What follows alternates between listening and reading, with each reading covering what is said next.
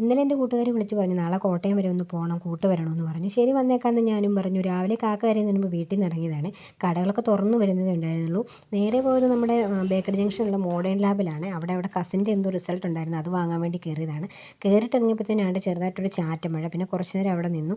റെയിൻകോട്ടൊക്കെ ഇട്ടുകൊണ്ട് പോകാൻ ബുദ്ധിമുട്ടല്ലേ എന്നോർത്ത് കുറച്ച് നേരം അവിടെ നിന്നതാണ്. മഴ തുറന്നപ്പോൾ പിന്നെ അവിടെ നിന്ന് ഇറങ്ങി. പിന്നെ യാത്ര തുടർന്നു കേട്ടോ. കുറേ കടകളിലൊക്കെ കയറി എന്തൊക്കെയോ വാങ്ങണമെന്ന് പറഞ്ഞായിരുന്നു.